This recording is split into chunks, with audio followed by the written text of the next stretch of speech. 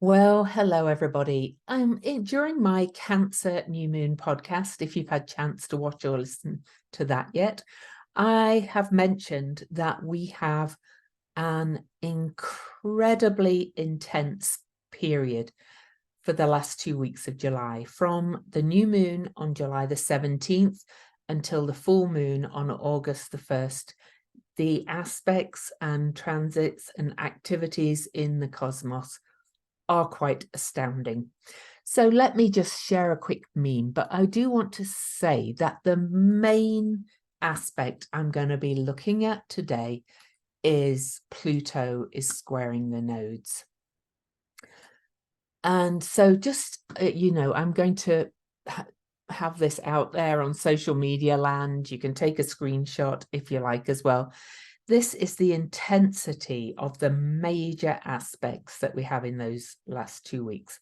So you can see we have a Cancer new moon, which I've done a podcast for, on the 17th. On the same day, the lunar nodes shift back into Libra and Aries from Scorpio and Taurus, where they've been for the last 18 months. So that's a big change also.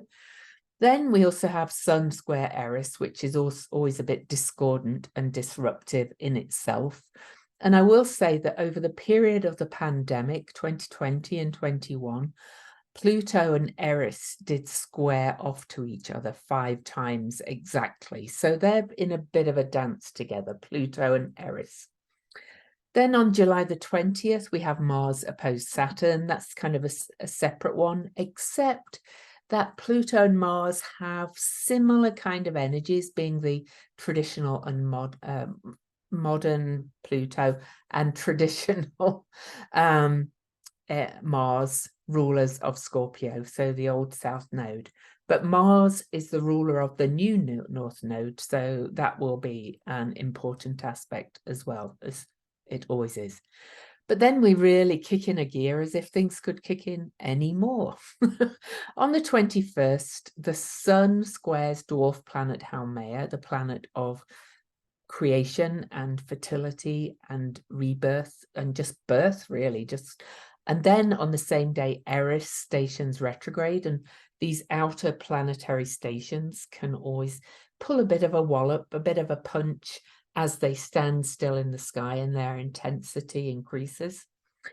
Then we have July the 22nd, the Sun squares the moon's nodes, and the moon's nodes have just changed signs, and that's always a bit of a challenging time as well.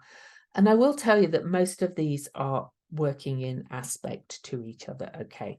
Then we have Venus stationing retrograde on July the 22nd at 28 degrees Libra, in aspect to those nodes, and in aspect to Pluto, and in aspect to Haumea.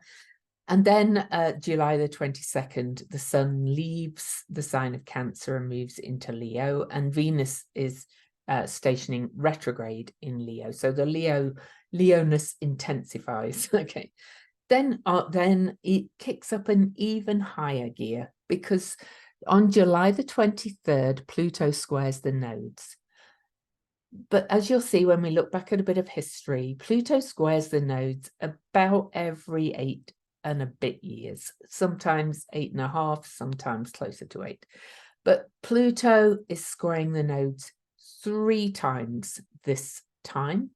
And when we get to this, I'll show you all the aspects he's making as well. So I'll talk more about that when we look at the chart. So on July the 23rd, July the 25th, and July the 28th, Pluto will square the nodes 3 times, making this, and the first time, I looked back as far as 81, I'm sure it's happened again, but making this the first time since 1981 that Pluto squared the nodes more than 1 time.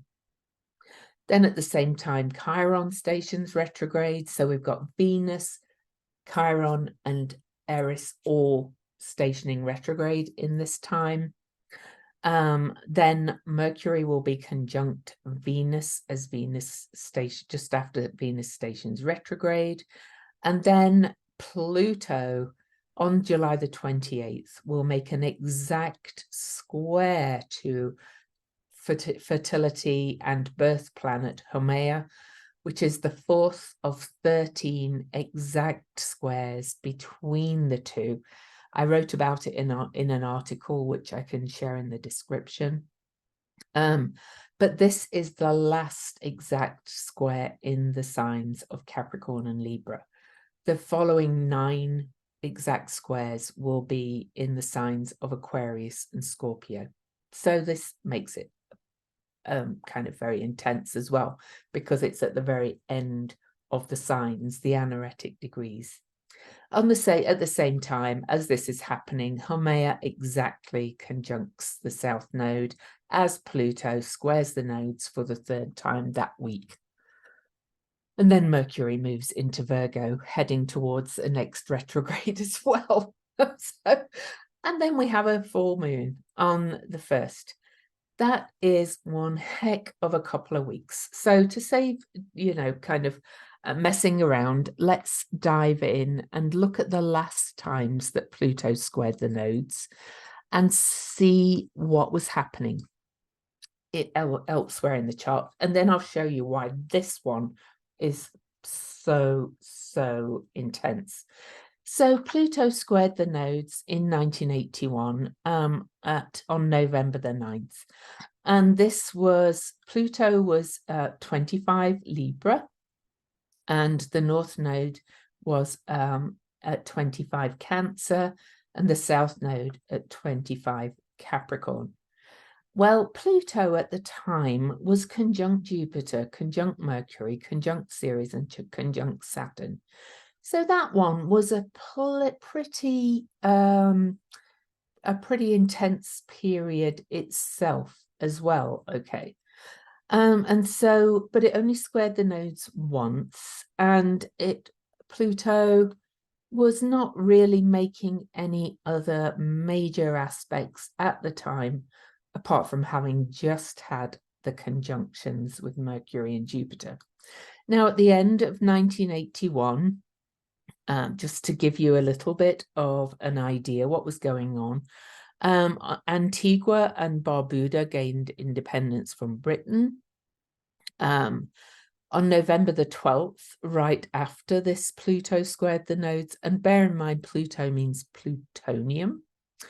The Great Britain did perform a nuclear test. Now, this does seem to be a little bit of a theme, so I'll come back to that later.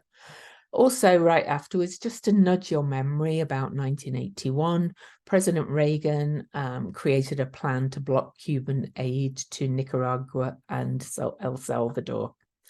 And Spain became a member of NATO right after that as well.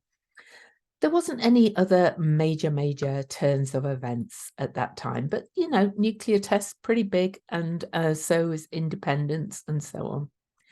But let's move on to the next time, 1989.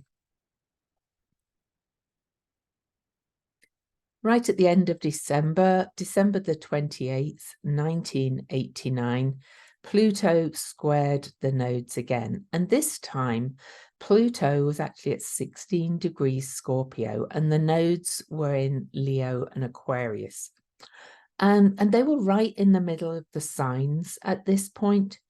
But again, it doesn't look like there was anything huge else going on in aspect to Pluto and the nodes at that time. So maybe let's have a little look about 1989. News timeline. Okay, so in 1989, and I'm going to say into early 1990. Okay, well, let's have a look at what happened. So in December of 1989, there was, right on that day, a decent-sized earthquake in Australia. And just before it, the United States invaded Panama, and Operation Just Cause was launched. there was not a lot else happened in December, or very close to it anyway. So let's have a look at 1990. Okay.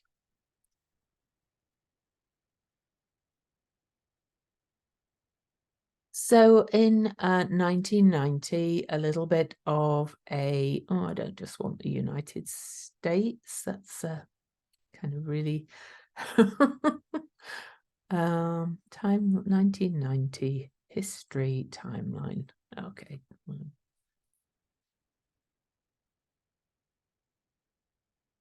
All right.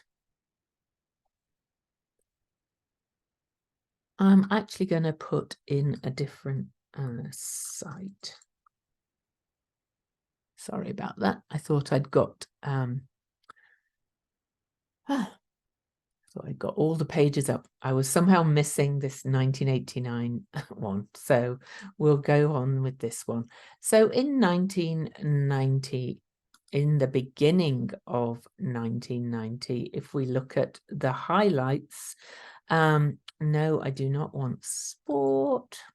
Oh, this is better. Okay.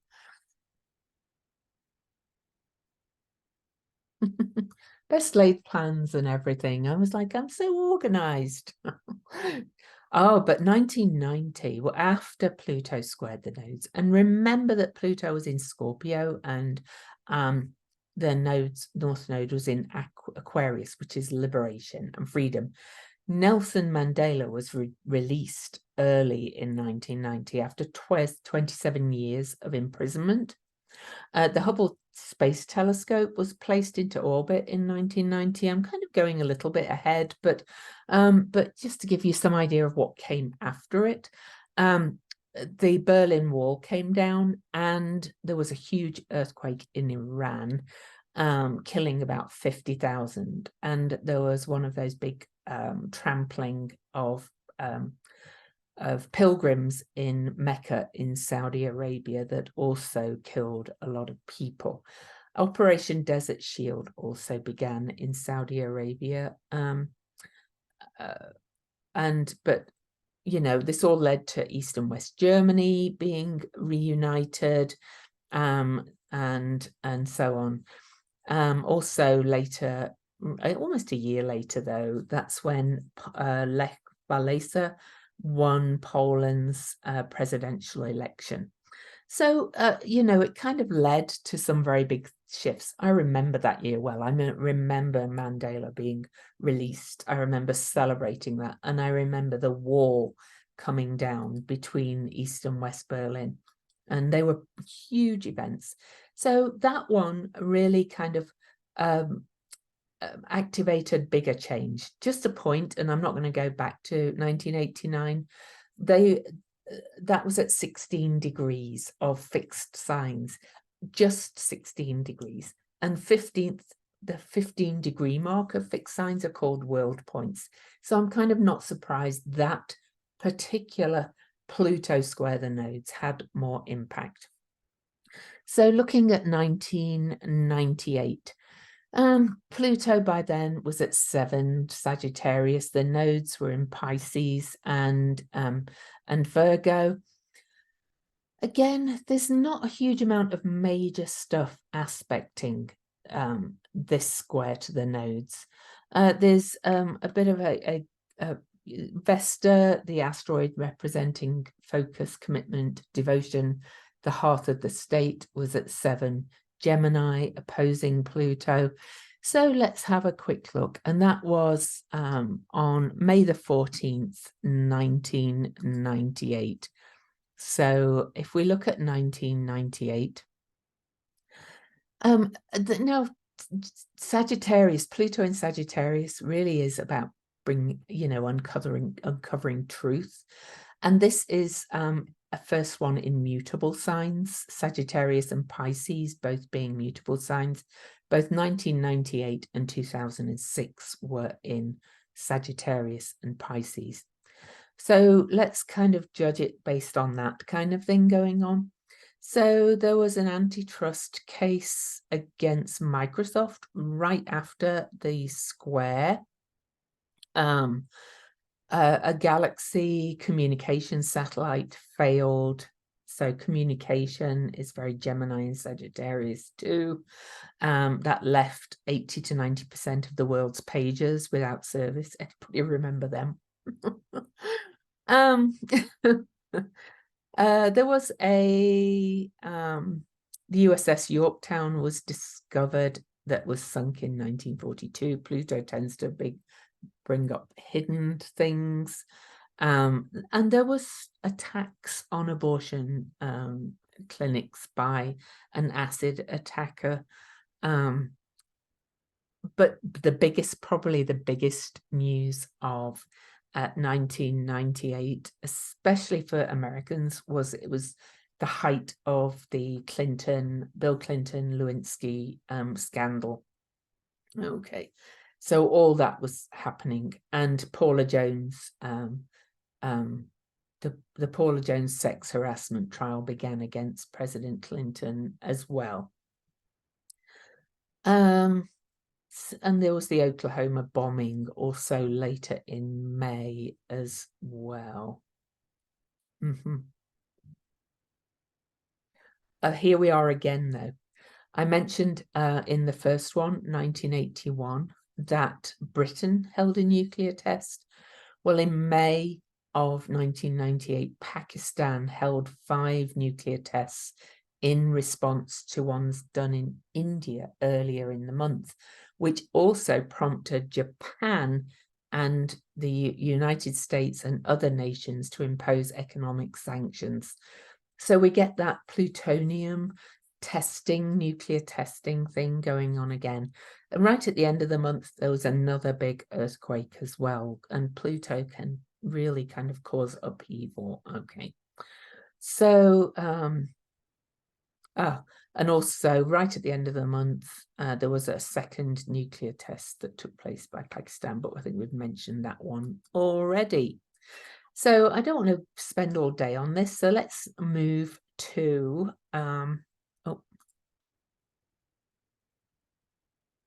2006.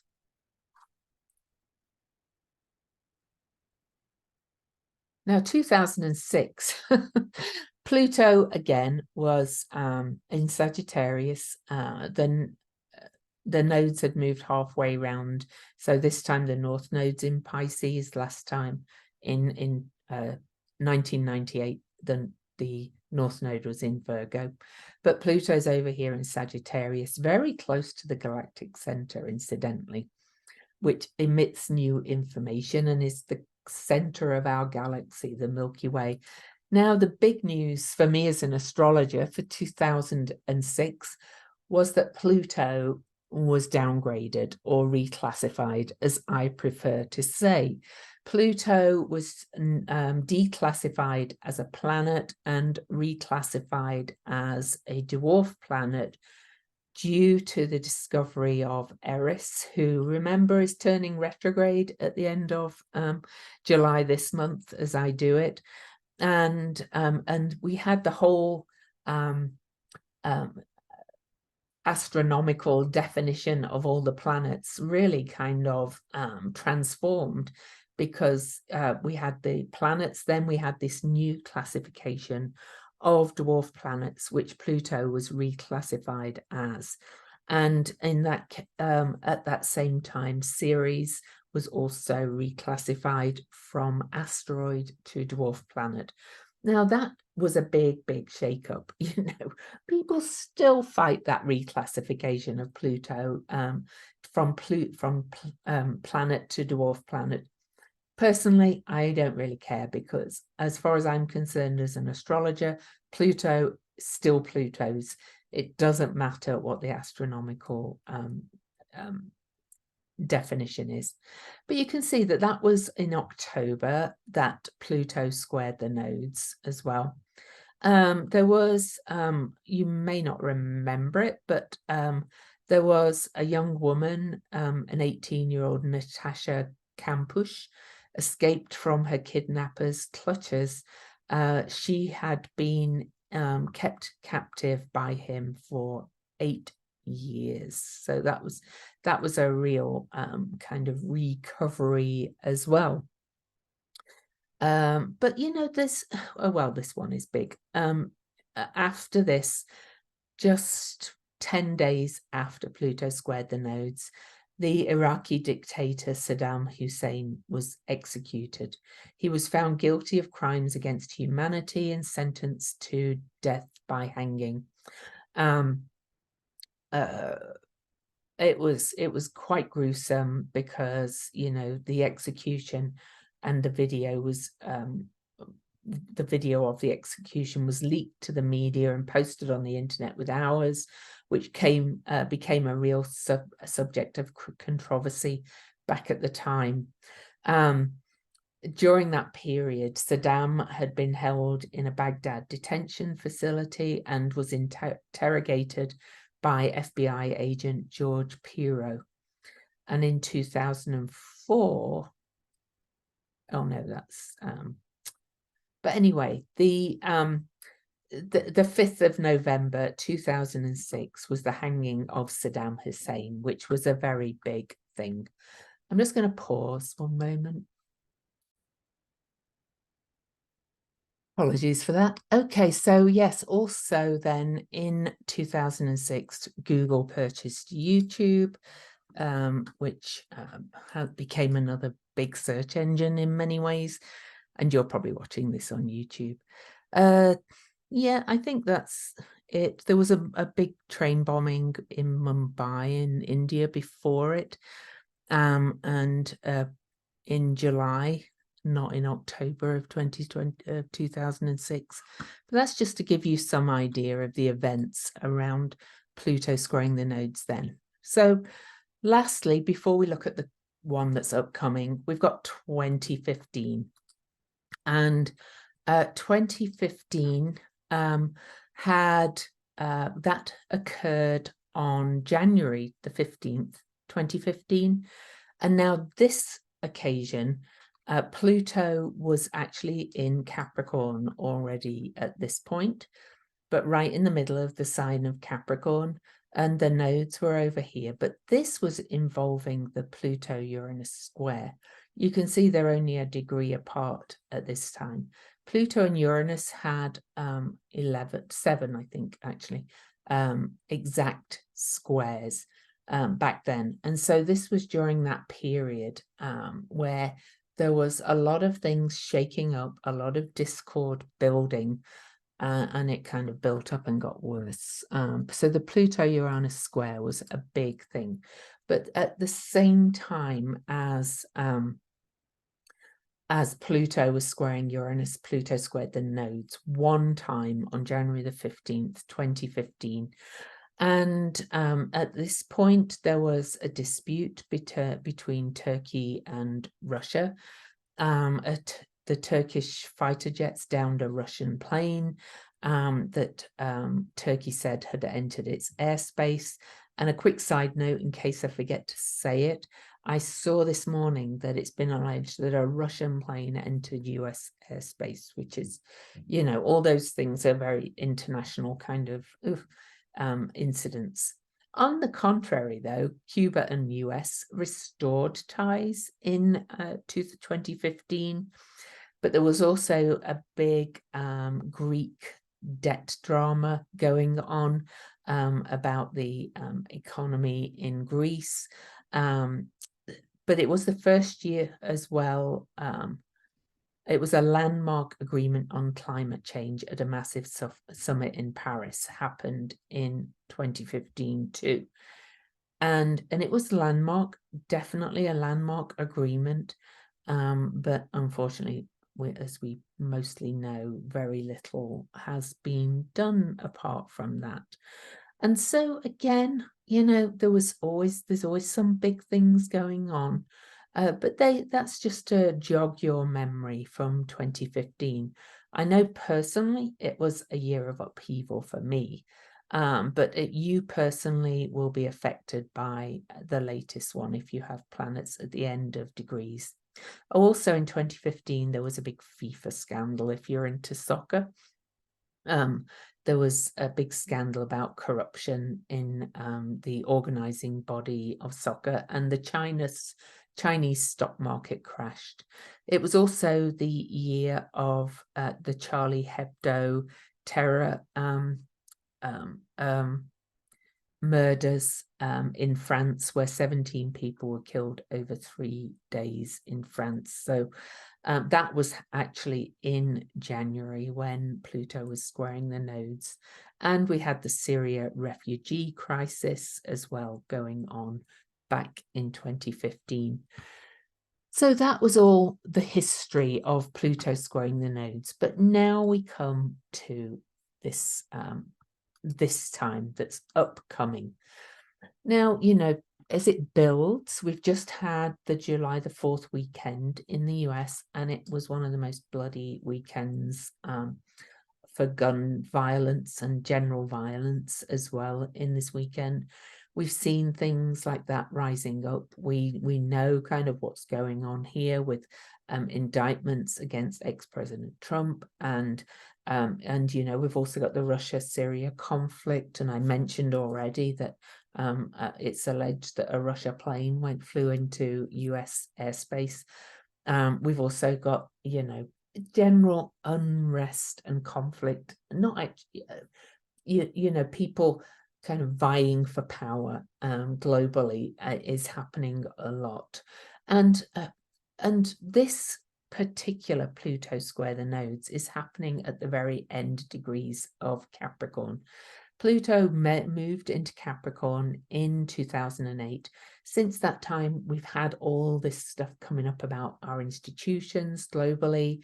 You know, in the US, it's government corruption and claims of election fraud, and you know, all the things going on with Donald Trump, and we've had January the 6th, and we've had banking kind of crises right after Pluto went into Capricorn.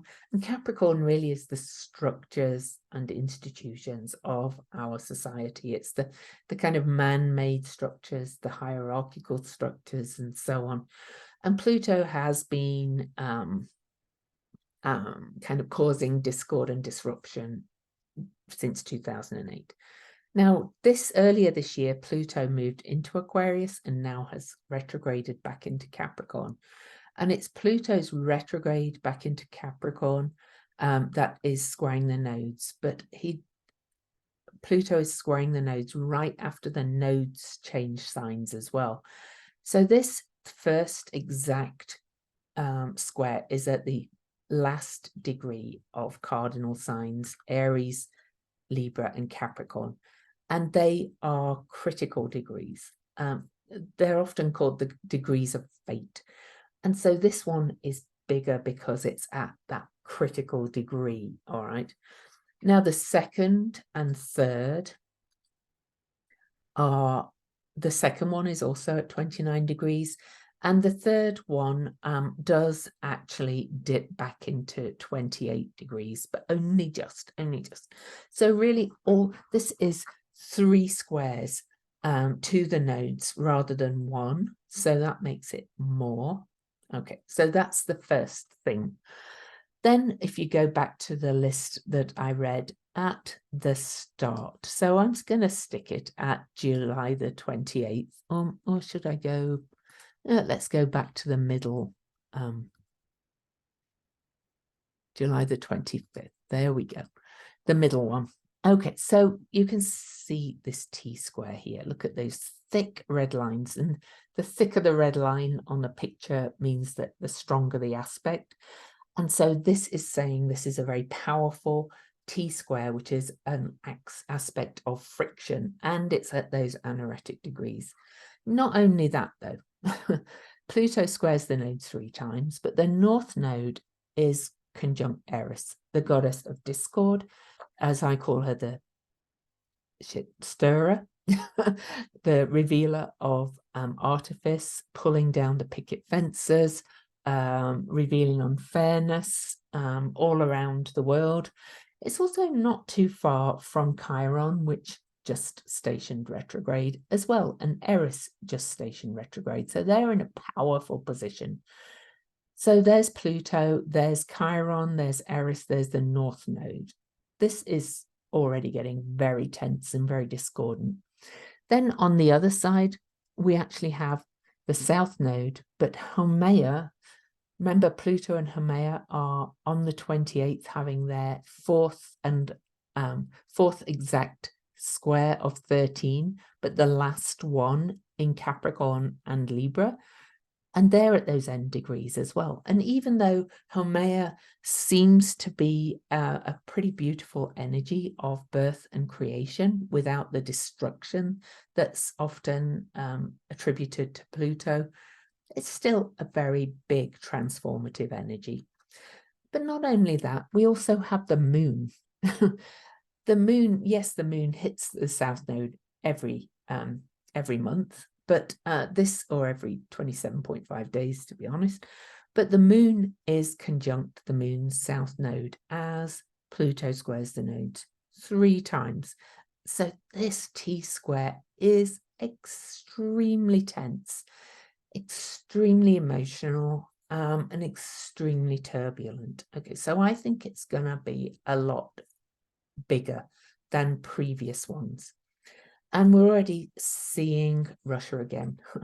Talk of Russia going to threatening or thinking about or whatever, blowing up a nuclear plant in Ukraine and trying to blame it on the Ukrainians. You know, that would be like such a disaster if they did that. So, fingers crossed. But not only this, all of this T-square, Pluto is also in a quincunx aspect to Venus, who turned retrograde on July the 22nd. Okay, and that is a big aspect as well, because it's an aspect of adjustment, and Pluto and Venus have a lot in common, really, in terms of desire. Venus is our earthly desires, our physical desires, our wants, our physical needs. And Pluto really represents our soul's desire. And Venus is stationing retrograde at that very end degree of Leo as well, which incidentally is the same point where we had the Great American Eclipse in 2017. So it's all looking extremely tense. Those end degrees are really tense for a start. So this is all quite astoundingly tense and challenging and a little bit concerning, to be quite honest. You know, I wouldn't be surprised if the news is, you know, pretty frightening for a while. You know, even just the talk of blowing up nuclear plants is not a good thing, you know. And I don't know if any of you watch Revealing Light Tarot on YouTube. Marianne, she did a card reading on the potential about Russians blowing up a nuclear plant, and she had really bad feelings about these things as well. Now, as we move towards the second, that's the second and the final one, let's go back to the first one on July the 23rd. On the first square, you can see that the sun has just moved into Leo. Well, right before that,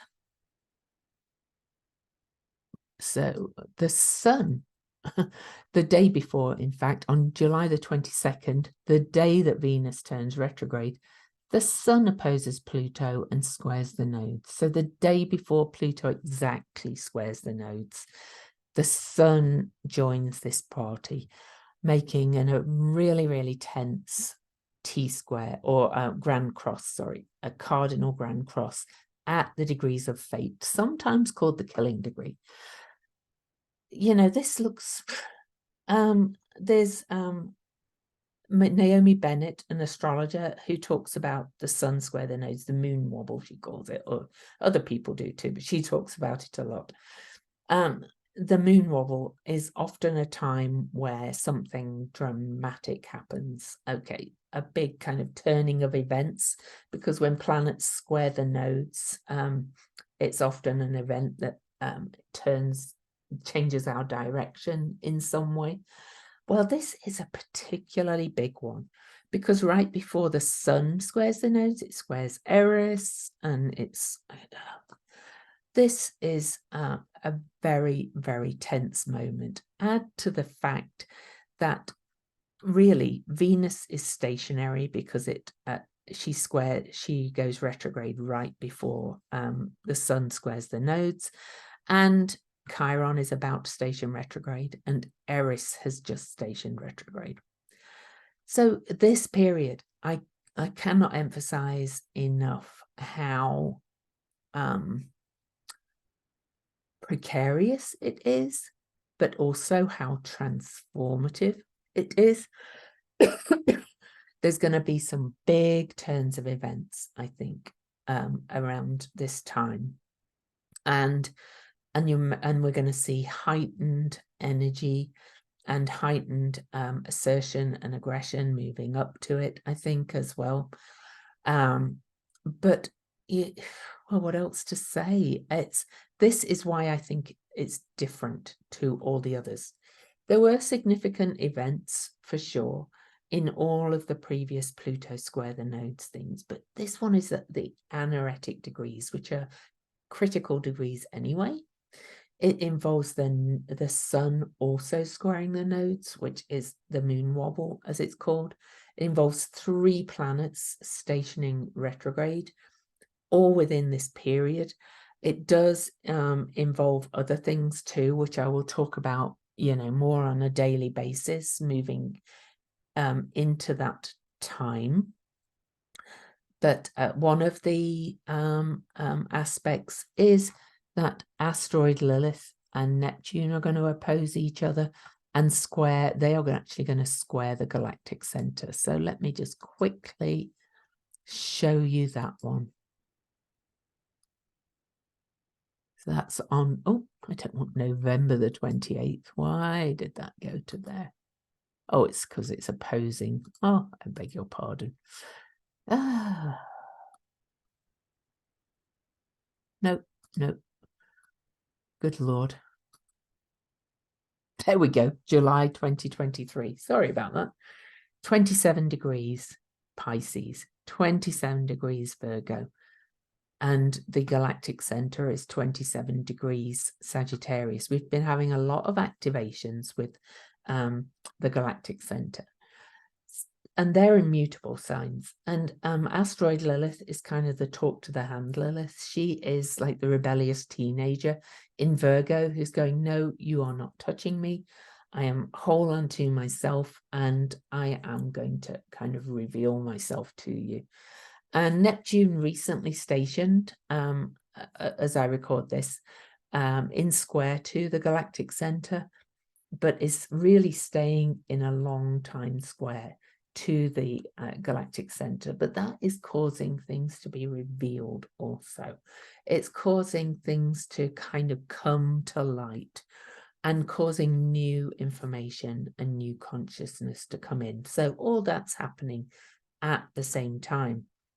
And then I did mention Mars opposing Saturn. It's been a long time since Mars was conjunct Saturn, because that was in Aquarius, and Mars moved on and then stalled in Gemini, went retrograde in Gemini last winter, and Saturn moved into Pisces, and then finally Mars has moved all the way around to oppose Saturn, and that's always a bit of a challenge, because if you think about Saturn rules Capricorn, which is the goat with horns, or the sea goat at least, and Mars ruled Aries, the ram with horns. They kind of lock horns a little bit. Saturn can be the heavy hand of authority, the break, the saying no. Mars can be the aggressor, the warrior. Now, they are in the signs of practical mysticism, which is practicality Virgo, mysticism Pisces. So maybe we'll kind of learn something from that opposition. But, I normally you know me when I do these forecasts and my podcasts and things, I really, really love to look at the positives, to really kind of go, oh, you know, everything's going to be great. Well, I'm going to say that this last 2 weeks of July, of course, it's not going to affect everybody, right? It's just not, but also it's going to be challenging. There's going to be stuff happening out there in the ethers that's going to be quite challenging, and some of it can ripple on afterwards as well. Okay, so I think we should actually look at the Chandra symbol for the very last degree of Capricorn, so that we kind of get a feel to what the symbol says. Okay, so here we are. So the 30th degree of Capricorn, 29 goes up to 30. So the last degree is one of my favorite ones, actually. So it does kind of say what, kind of refer to a little bit about what I was saying about bringing your greater self into this, to lean into this, to remain whole, that asteroid Lilith in Virgo. So it's blue morning glories growing up a tall trellis, heightened ability to bring the greater self into action, the towering presence of the one who knows, informing each moment, a huge and formidable destiny dedication to bring all of yourself through into this world, a steadfast, adamant quality of the soul, the prenatal resolve to work out all remaining karmas and be free, intensive focus upon soul evolution, purpose, will. You have something to grow into throughout your life. Ancient ways, unfallen heights, seeing through, staggered by what you have taken on, ripening on the vine, under massive pressure from within, the path and journey of ascension, with the body honored and the world renewed, awakening and tapping the source for endeavors, projects, and tasks, requires top-level clearance and the truest endowment of inward faculties to see them through and light up the world. It sounds big, and I think it is. Those anaretic degrees are kind of the real ending of something. Okay, and yes, Pluto's got a bit longer in Capricorn to mop up. Over the next few months, Pluto leaves Capricorn for 248 years, well, just under, before he goes back, for the rest of our lives anyway. Haumea, who is in square to, is leaving the sign of Libra soon, moving into the sign of Scorpio. We're at the ending of something, and things, some things are going to give way and make way for the new. So it's pretty big, and like I said, you know, I try to be all like, oh, Miss Optimism, Miss Sagittarius, and I think we'll be okay. I really do, but I do think it's really going to be challenging this last 2 weeks in July. So my Venus retrograde class starts 2 days after the Cancer new moon. On July the 19th is the first call. Venus stations retrograde in the midst of all this on the feast day of Mary Magdalene. If you haven't signed up for my class yet, it's an astro-shamanic magical journey into your underworld. But normally I do a few shamanic practices in it. This time we'll be doing all my toolbox. we'll be doing cord cutting, we'll be doing soul retrieval, we'll be doing a dismemberment journey, which is kind of reorganizing your molecules. You know, you're not physically being dismembered. We'll also be doing transfiguration into light, and we'll be doing growing your garden, planting and growing your personal garden, ready for these new starts that are coming. So I want to pull one card, and then I'll get this uploaded. And wow. Well, it's a fairly pleasant card. I'm going to show you what it is in a minute, but I don't think I've ever pulled this card in this deck. This deck is the deck I will be using in my Venus retrograde class. Okay, it's called the Red Seeds Tarot by Linda Hill. It's available on Etsy in the UK, and it's based on the Eleusinian Mysteries, which is the whole story of Demeter, Persephone, and Hades, and kind of loss of innocence and forgiveness and all things like that. So we got this card from it, which is King Bee, and bees in this deck are like swords in other tarot decks. So I'm just going to read you the quote and about the soul journey. So the men of experiment are like the ant. They only collect and use, but the bee gathers its materials from the flowers of the garden and of the field, but transforms and digests it by a power of its own. So take what you need from that. So, and the soul journey for this. The king portrays an aspect of the masculine that holds a great strength, confidence, and authority. He is a clever intellectual with a powerful and strategic mind. His decision-making and critical thinking emanates from a place of objectivity and wisdom. On the downside, he can be utterly pedantic and often acts as if he knows best, not to mention his mansplaining. I love it. Anyway, at times he can appear rather harsh and unkind, and he spares no time for fools. At times he can hurt our feelings with his sarcasm. Be sure, though, the king is the one who we might be wise to turn to for wise advice. For here is a good, solid counsel which reveals his open mind and his very loving heart. So you might have a king bee in your life that you need to lean on for a little bit of support throughout this time. So that's it from me. Don't forget to subscribe to my channel, give me a thumbs up, maybe also check out the Venus retrograde class if you haven't already. Much love. We'll be okay.